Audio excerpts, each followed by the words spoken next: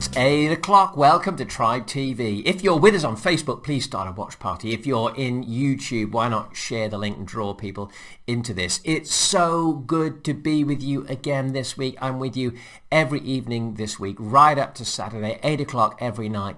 We want to do some different stuff this week. We are talking about certain leadership for uncertain times. And boy, what an unusual time we're living in, right? We're still in the midst of varying levels of lockdown all around the world. Unusual things are going on. And never has there been a more important time for leaders, and church leadership is what we're looking at this week, to be stable-footed, energized, to know where they're going in God and what God is saying. And so we're going to be looking at all of that. What we want to do this week is open the leadership vault at the Tribe and just give you some of the content that we're working through with our 250 global online leadership school members, people around the world that are learning with us and growing with us. We kind of want to give you a little bit of what that's like. The Tribe is our online learning community, and people join at various tiers and various levels and learn with us and grow with us. There's 500 modules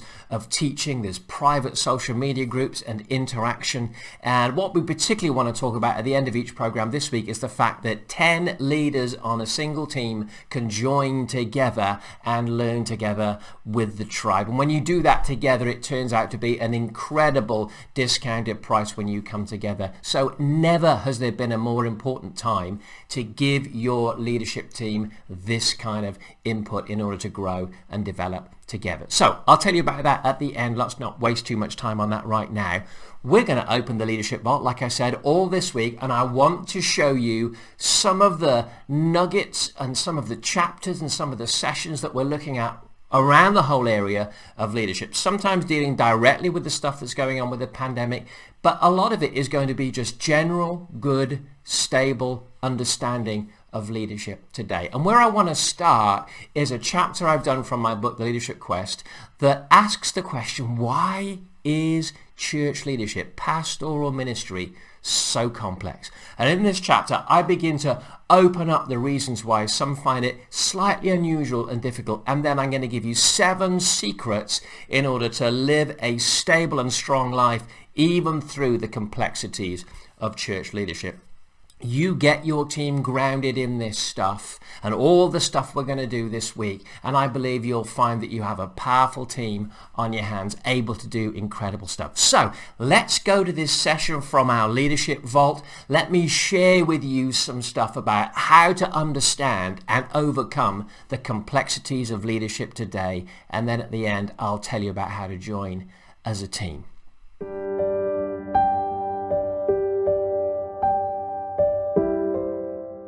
Welcome to the next chapter of the Leadership Quest. Today I'm going to look at the chapter, which is chapter 12 in the book, called The Strange Complexities of Church Leadership. Listen to this quote from London and Wiseman. They write this kind of sarcastic little piece. If I wanted to drive a manager up the wall, I would make him responsible for the success of an organization and give him no authority. I'd provide him with unclear goals not commonly agreed on by the organization. I would ask him to provide a service of an ill-defined nature, apply a body of knowledge having few absolutes, and staff his organization with only volunteers. I'd expect him to work 10 to 12 hours a day and have his work evaluated by a committee of 300 to 500 amateurs. I'd call him a minister and make him accountable to God. Listen, ministry, I'm not going to say it's hard. I think ministry is more complex than hard. The actual skills required for ministry can be learned quite easily. You can train them and learn them and grow in them. But ministry is unusual because it's complex. And look at just a few statistics in the book. I'll just pick out a couple of them because there's a lot here. But look at these. 80% believed that pastoral ministry affected their family negatively. 80%.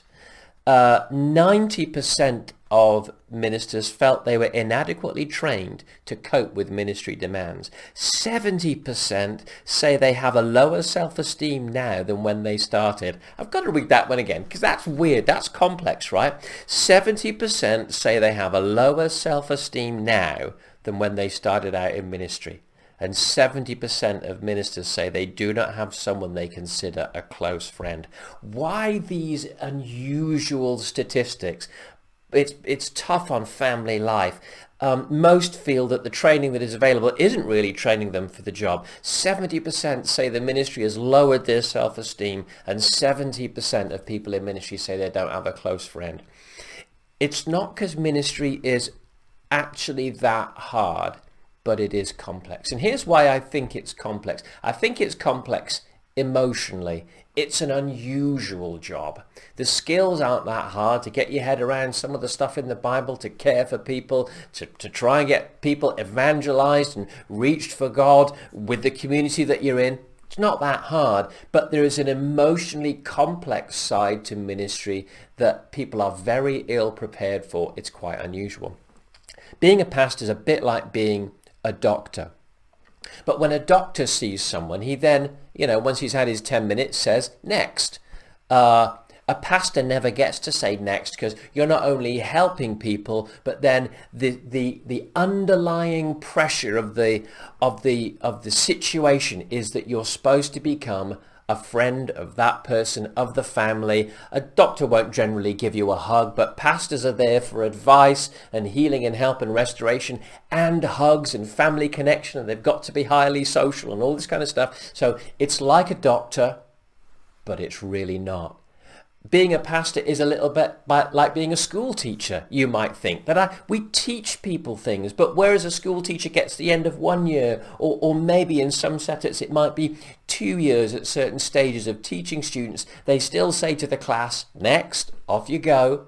Whereas a pastor is often meant to be in someone's life for 5, 10, 20, 30 years. You become almost an extended member of people's families. A pastor is like being an employer, but let me tell you, the unusual thing that you have in ministry once you get paid staff is, in any other line of work, usually if you had to move someone on because they weren't performing, you'd expect to probably hardly ever see that person again. Maybe you'd never see them again. In fact, it's highly likely. In church, when you are letting somebody go, the next line out of your mouth is, and so how can we pastor you through this issue, through this time of unemployment? These are all highly complex things that we want to advise and help and restore, but be a long-term part of that person's family or wider family. We want to teach, but you don't get to say next. You've got to walk with people through thick and thin for decades of their life. And sometimes you've got to have tough conversations and still somehow stay connected. It doesn't often happen that much. Like an employer, sometimes you let people go, but then you have to go, how can we pastor you?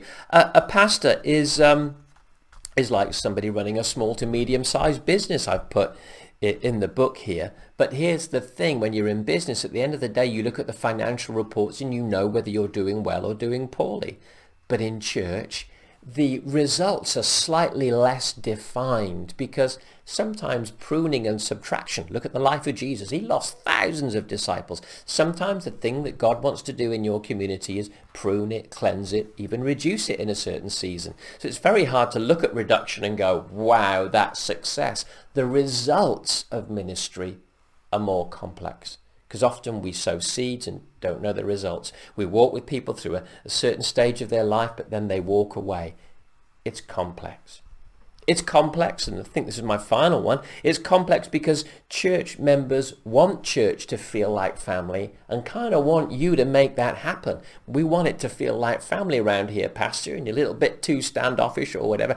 People want family, but you know what it's like. The next minute they'll leave the church when they've had enough, with about as much attention to doing that kindly as you might leave a gym membership. In other words, they often just disappear without even a note of thanks. It's complex. We want you to treat it like family, but then we get to treat it like a club. It's a complex setup. Actually, there is one final one here. A lot of pastors have social guilt.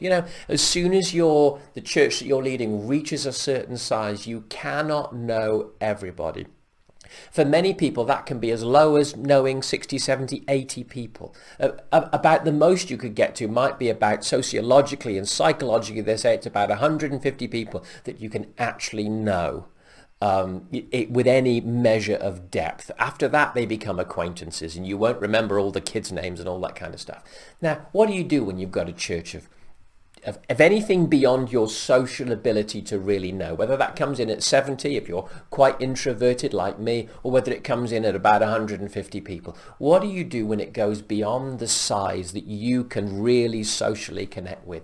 You actually begin to live with a measure of social guilt because I wish I could know everybody. That's why a lot of churches just stay at the size of the social abilities of the pastor, because they feel it's supposed to be a family. I'm supposed to know everyone, and that actually reduces the size of the church. Or if the church is allowed to get bigger, you sit there going, but I can't know everybody. I mean, socially, I can know at the most about a quarter of the people in our church. If I tried to coffee with all of them, it would take me about 2 years. So what do you do with that social guilt? Well, you have to bring it to God, and you have to manage the emotional complexities of leading church. So how do I do that? Well, I give 7 kind of key suggestions, but before I get into those, let me read one verse from Jesus where he talks about the emotional burden and complexity of living and walking with him. Matthew 11:28 kind of says this. Jesus said, "Are you tired?" This is the Message version. "Worn out, burned out on religion," all the things that this thing called following Jesus has become. And we've got to recognize that that is often where the complexities of pastoring come. It's not so much what Jesus wants us to do, but what people expect, and also what we pressure ourselves into thinking we need to be like. It's religion. We've got to get back to the real thing. Jesus says, "Are you burned out on religion and worn out and tired? Come to me." It begins with come back to Jesus and remember what this thing called ministry is supposed to be all about. It's funny, isn't it? You get into it out of love for God, and you actually end up worn out by the demands of the thing. We always have to come back to the main thing being, I'm walking with Jesus through this. And his way is a light way. He says, "Get away with me and you'll recover your life. I'll show you how to take a real rest. Walk with me, work with me." Listen to this phrase. "Watch how I do it. Learn the unforced rhythms of grace. I won't lay anything heavy or ill-fitting on you. Keep company with me and you'll learn to live freely and lightly." So here's my thing. He's talking about the way to find rest and to do life well without wearing yourself out and burning yourself out is to be yoked to him and to learn to walk at his pace and with his perspective. I believe there is a way to do ministry well, but it won't come from wearing Saul's armor. In other words, succumbing to the pressure where everybody thinks you ought to and should do. You need to take control of what ministry is to you. And you need to walk with Jesus and go, okay, Jesus, what's my identity? How do I do ministry? Because God, there is a way to do this that is less complex, takes the pressure and the burden off me so I can live lightly in this thing called ministry. And here's 7 reflections on how I do ministry that help me deal with the complexity, the emotional complexity of leading many, many people. And all that means when you desperately want to do it right before God, because this is an important role. You will get judged for it. You're accountable to God. Even with a lot of those goals being ill-defined, but I'm still accountable to God. So how do I manage the complexity and pressure of that? Well, number one, manage your time well. Very often in ministry, nobody is managing you. You might have trustees or a board or directors, but they're not really managing you. They just want to see good results. They don't know how many hours a day you're working. They don't know what you're doing in those hours. So very often what can happen is we get driven by the guilt or the drive to, I must do this super well, and I must work very long hours. Pastors often work too long hours because we glorify busyness in our generation. But nobody's going to tell you how to shape your day, so you need to take control of that. If not, what happens is you run headlong at everything that comes up. You run around chasing fires. Everything that is urgent grabs your attention, so you end up living for the urgent, not the important. You don't end up living by priorities. You end up living by being drawn in lots of different pastoral directions or different project directions, instead of taking control and going, right, who am I? What am I trying to accomplish? And what does my diary need to look like? Now you've got to remember, if you want the life of Jesus, you have to adopt the lifestyle of Jesus. You have to look at how he lived. That was by taking control of the moments. Remember, even when Lazarus died, Jesus didn't run. He was being led by an internal clock and by an internal guidance from heaven. Evidently, the Father was saying, no, just walk with me. Don't be pulled off by the urgent. Walk with me. So you have to manage yourself in the context of, I'm called primarily to walk with God. That's what a minister does. Remember when the apostles were being pressured to come and help with the waiting on tables? What is it, Acts chapter 6, something like that? They wanted them to get involved in the social action and get involved in the distribution of food. And they said, no, that wouldn't be right. I'm here as a leader. I have to preserve what I'm here to do. Now, I know there are moments to display and model servant leadership, but if you do that all the time too much, you're going to end up frazzled and you'll not be a model of anything to anyone. They said, no, our job is to give ourselves to prayer and the ministry of the word. And then by inference, when you read the passage, and it is to delegate and to lead. Okay, so they were leading, they were delegating, they were praying, they were ministering. Had a very clear concept of what they were there to do all day. Manage your time. Compartmentalize where you need to. I separate my administration days where I meet with people and I do admin. I separate them from my prayer and preparation days, and they're separate from my ministry and preaching and teaching days. And I've got it all set up. And when people ask me for a slot in my diary, it has to fit in with the days that I've set for my diary for certain things. You must take control of it. Otherwise, ministry is so broad. People say to you, what do you do all day? And it's like, well, I sometimes it's like I do 100 different things a week.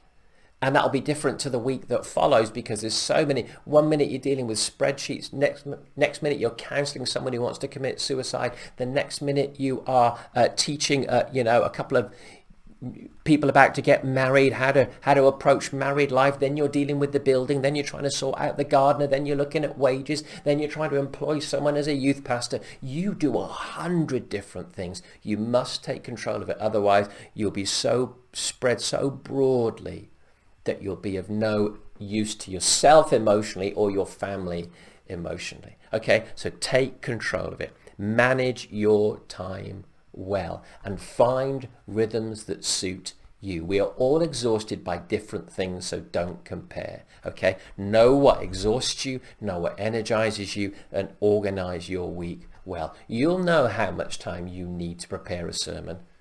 Just book that in so that you can live well and you don't end up rushed by the demands of others or the demands of trying to be successful, in inverted commas. Number 2, lean on team.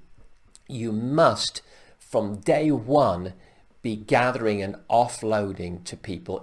It's part of their discipleship and growing in God. They're going to help you and help you lead. You want a team environment, not a one-man band. You must begin to release the pressures to others. Now, in the area of the complexity of leading people, another reason why team is really, really important is the danger is, I would say, in a small to medium-sized church, is that you can become the center of everybody's pain and angst. Okay, your average person out there is only dealing with, let's say a tough one emotionally.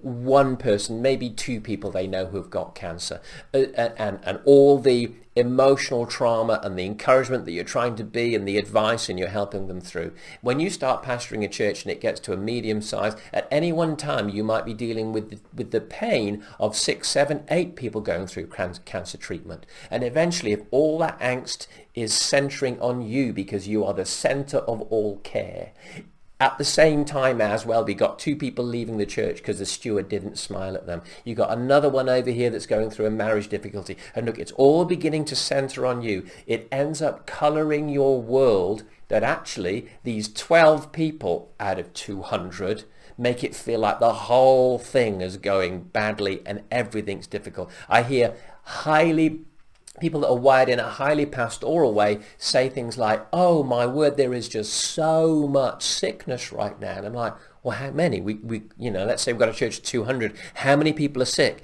And I actually drill down to it and they go, oh, there's 6 people seriously sick out of 200. But they feel like the whole world got sick. Why?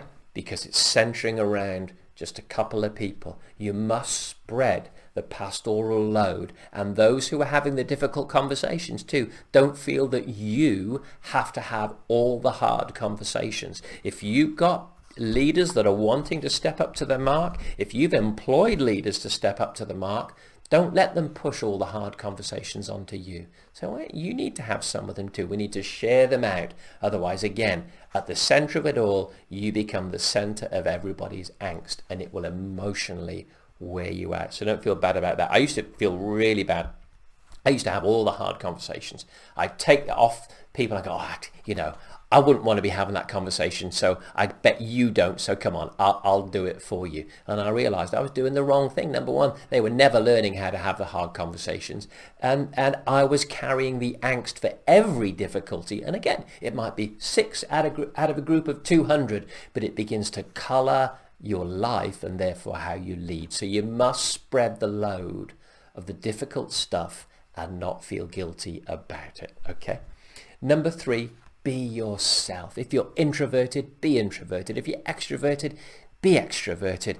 Be you. Be who you are wired to be in ministry. If you're an apostle, prophet, evangelist, pastor, teacher, be that. Do that really well, and then staff around you with the other representations of fivefold ministry. Be yourself, because listen, if you're faking it, you get de-energized very quickly. Wearing a mask is de-energizing. People say you're really honest, and they talk about it like it's a virtue, because I'll talk about the tough times or the difficult times or when things aren't working, and I'm like, well, I've just found the most relaxing place to be in life is to be honest. Because you don't have to make anything up. You don't have to pretend to be any more than you are. And I just figure it helps people too. But I've found honesty is more energizing than living fake. Just be real about what's going on. Every church has difficult seasons. Every church, I pray, has good seasons.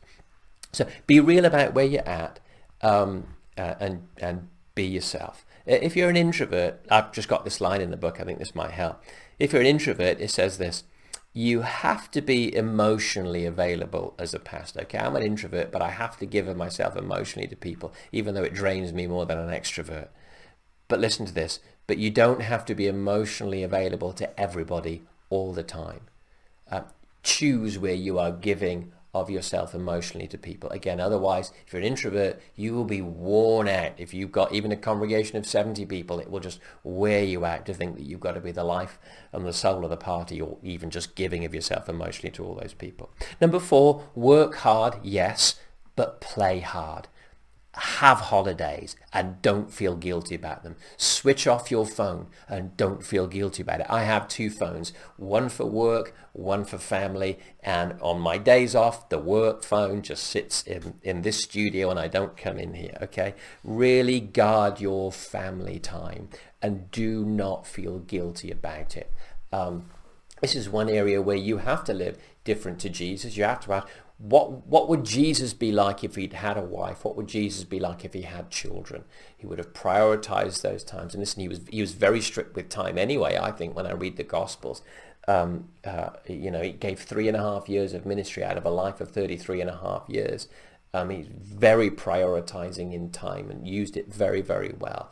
But even he didn't have a wife and children. So if you've got a family, you need to prioritize that. Think long term. Don't think for the short sprint of success. Think long term. Number 5, give time to pray. Give time to silence and solitude. It's good for your soul. You will not be able to function without our computers defrag and they set all the files back in place. They take an inventory and set everything back where it should be. In common terms, they tidy up the filing cabinet. Well, I think we need to defrag. We need to tidy up the filing cabinet, and silence and solitude does that. Okay, not just study and sermon prep, and going for it to bind and loose and spiritual warfare and all these things. They're all good. Absolutely do all of those. But listen, always prioritize your own personal walk. Silence, solitude, chilling with Jesus, hanging out, just chatting. Sometimes I go for a walk and you can barely call it prayer. It's just meandering, thinking roughly in God's direction.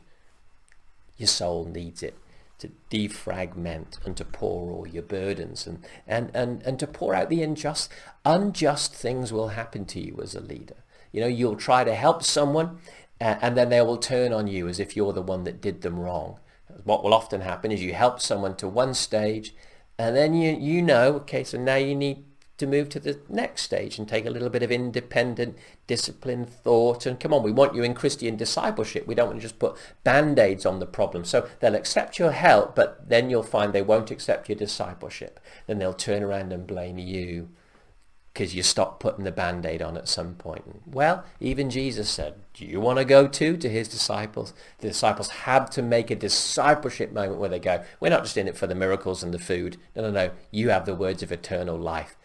Thousands left, but the disciples stuck with Jesus. You're going to find that many leave you, but the right ones will stick with you. But some people that you really helped and even saved their lives will turn on you and call you the bad guy. That's part of the course, and you need to just turn that over to Jesus. So that silence, that solitude, that casting your cares on him is so important. Never stop that. Remember, huge priority of the apostles' life was we give ourselves to prayer and ministry of the word. It's the first thing they did. I tell pastors, you need to get it in your head. You're paid to pray. You're paid to be spiritually healthy. So carve out time, whether it's early or late or a day a week or 3 days a month or whatever, carve out time to be healthy in prayer, even if that is just silence and solitude. Casting burdens on him. Why? So that then you will have something to give people pastorally or to feed people with in preaching. You need to be emotionally healthy, and you're going to need that quiet space alone, that just the right amount that fits your personality. We're all different. I need lots. You might need less, but find out how much you will need. Number 6, have a sabbatical policy. Talk about this with your church board, whether trustees, directors, eldership, however you operate. You need a policy. And because of the emotional complexity of church life, it is an unusual profession in that it's usually quite low paid, but highly emotionally complex. And you are required to give of yourself emotionally and in content a lot. Week after week. I mean, you have one good Sunday and then you're already prepping for the next Sunday. Okay, so it's a constant cycle, a constant barrage. Often it is not punctuated very well by nice different things going on. So churches should have, I believe, a sabbatical policy. And how we have one at Revive is that if you are a senior leader leading more than 100 people, every 7 years you will have 2 to 3 months off to completely emotionally recuperate, to spend time investigating, praying, reading, traveling, to really get topped up, ready for the next 7 years. And you will need that to stay emotionally fresh. If you just keep going, you will end up worn out. 7 years, I mean, that's twice the length of Jesus' ministry. So people go, really, every 7 years? Well, that's twice as long as Jesus went. That's what we're saying. 7 years and then have a good break so you come back fresh, invigorated. And often I think 7 years is kind of a good, all my life has been in 7-year cycles. But we've instigated this sabbatical policy only in the last 10 years or so. But all my life has operated in a 7-year cycles. Wow, if I'd have stopped every 7 years and really taken time to think about life, really reconnect deeply with God without any pressure to perform a sermon within a few days, or to help someone or pastor someone within a few days, to read books that aren't to do with my output but just to enjoy God, I would have heard him so much clearer. And some of those seasons that ended badly or ended late because I wasn't listening closely enough to God would have started a lot better. You need to pause every 7 years and listen to God. That's my personal belief. Think that one over, mull it over, and you will find, I know our board, the first time I said it, well, just a couple of them were like, really? Actually a lot of professions have regular sabbaticals built in, and it's usually ones that are more complex and do need high levels of refreshing your training and refreshing your learning. And this is one of those professions, okay? And then seventh and finally, and this one isn't in the book, but I would say find other leaders in exactly the same position as you and make friends.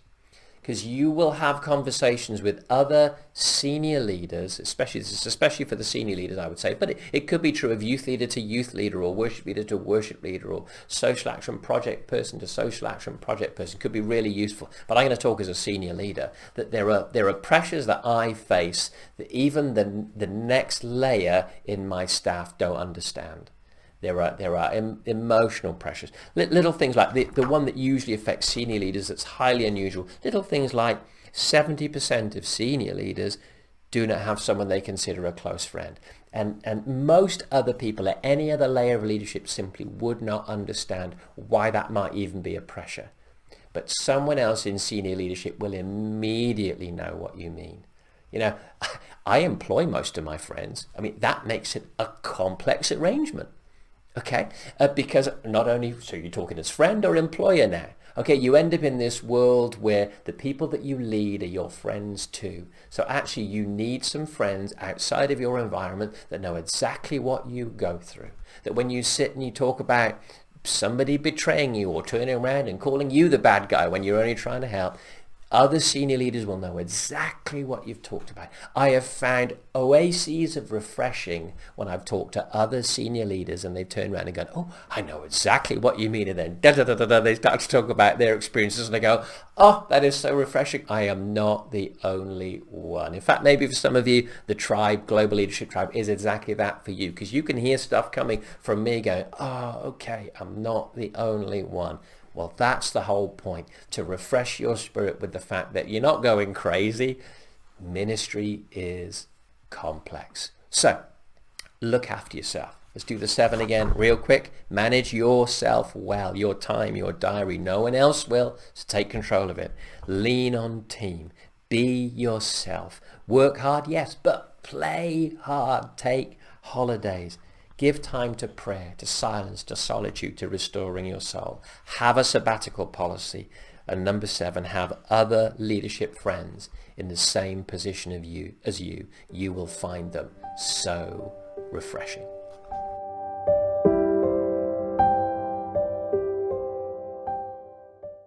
Well, I hope you enjoyed that and got something from it. I was talking from my book, The Leadership Quest, which you would actually get if you join tier 2 or 3 of the Leadership Tribe. And that's what we're talking about all this week, how a team of 10 can join the Global Leadership Tribe, which is the leadership side of our online learning community. And when you join together, it works out incredibly inexpensive, just £25 per leader for a year's investment, 500 modules of teaching, all sorts around theology, prophetic life, the supernatural, revival, growing in God, personally and growing as a leader, how to build church, how to build teams. It's all in there and so much more. And it's growing. That library is growing month on month. And we've got some exciting new stuff coming up too. As well as that, you get private social media groups where you can interact with other members of the tribe around the world, but also with Vicky and myself. There's questions and answers. I love to answer and to wrestle with the stuff that you're wrestling with and see if I can give you some perspective on it. So if joining the tribe as a team, and let's be honest, there's never been a better time for a team to be online learning together how to grow in the things of God, both leadership and the supernatural, and how to drive your church forward into growth together. So if that interests you, Stick around. Let me tell you about the tribe. And if you want to come join our family, we'd love to be learning and growing together with you.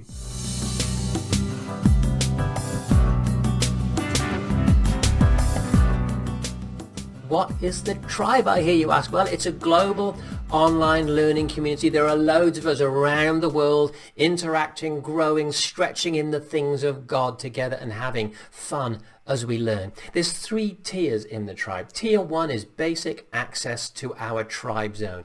It is an online learning zone. We use the same software as Harvard University, so it's great, it's powerful, it's intuitive, and it works really well on everything from a tablet to a phone to a laptop. And you can grow with us in the things of God over everything from leadership to church growth to faith, things of the Spirit, prophetic, the miraculous.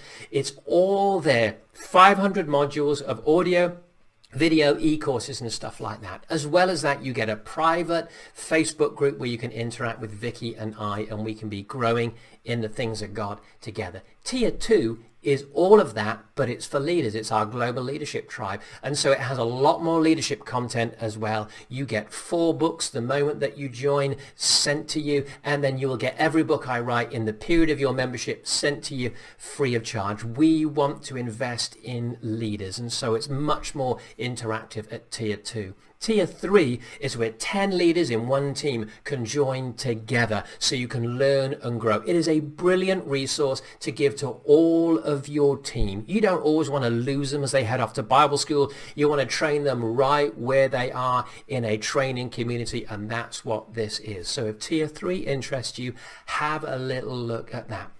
Let me show you some testimonials of what people are saying about their life and learning with the tribe. Hey there, it's Roma Waterman here from Melbourne, Australia. I just want to say I'm amazed at the amount of resources that are in Tribe and the fresh content that's constantly being added.